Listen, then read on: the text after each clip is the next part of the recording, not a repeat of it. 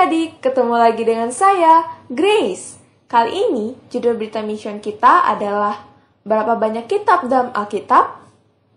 Adelina menemui ibu dengan sebuah pertanyaan di rumah mereka di Angola.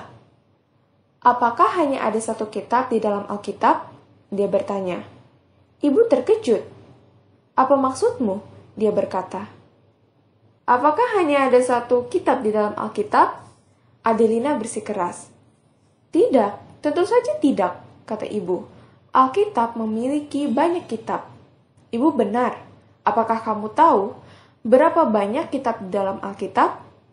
Alkitab sebenarnya memiliki 66 kitab, dimulai dengan Kejadian dalam Perjanjian Lama dan diakhiri dengan Wahyu dalam Perjanjian Baru.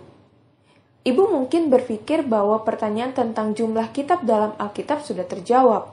Tetapi itu tidak seperti yang diharapkan. Adelina punya pertanyaan lain. Ibu, katanya, apakah Alkitab hanya memiliki satu pasal? Pertanyaan ini bahkan lebih mengejutkan ibu daripada yang pertama. Dia berpikir bahwa sekarang Adelina hanya bersikap konyol. Pertanyaan konyol macam apa itu? Dia berkata, saya baru saja memberitahu kamu bahwa Alkitab memiliki banyak kitab. Setiap kitab memiliki satu atau lebih pasal. Sekali lagi ibu benar, Alkitab memang mengandung banyak pasal. Tahukah ibu ada berapa pasal dalam Alkitab? Alkitab memiliki 1189 pasal. Sekarang ibu mungkin benar-benar berpikir bahwa masalah itu sudah selesai. Tetapi ternyata tidak demikian. Menurut saya, Alkitab hanya berisi satu kitab dengan satu pasal saja, kata Adelina. Ibu tidak tahu harus berpikir apa. Dia tidak ingin membicarakannya lagi, tetapi dia harus bertanya. Mengapa kamu mengatakan itu? Dia berkata. Karena pendeta kami membaca dari pasal yang sama dalam kitab yang sama di Alkitab setiap hari Minggu, kata Adelina. Adelina benar. Pendeta sepertinya selalu berkhotbah dari pasal yang sama dalam kitab Matius pada hari Minggu. Ibu merenggut. Dia tidak suka cara Adelina berbicara.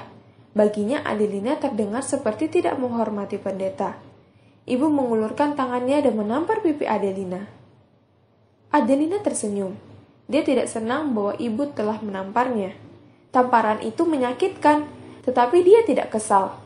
Dia menyadari bahwa ibu marah karena dia tidak mengenal Tuhan. Dia berharap ibu akan mengenal Tuhan. Adelina mulai mengenal Tuhan dengan pergi ke pertemuan penginjilan di Uige, sebuah kota di Angola Utara.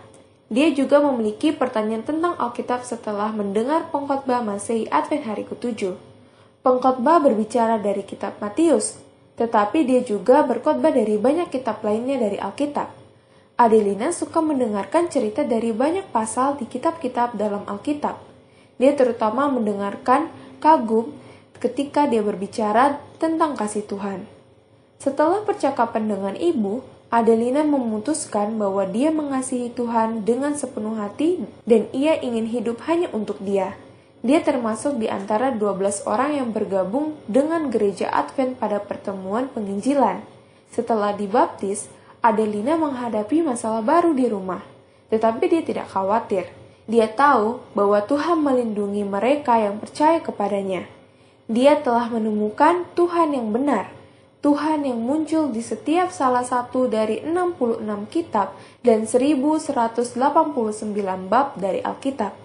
Bagian dari persembahan Sabat ke-13 triwulan ini akan membantu membuka sekolah Advent di Belize di Angola Utara. Daerah yang seperti kampung halaman Adelina terbukti sulit dijangkau.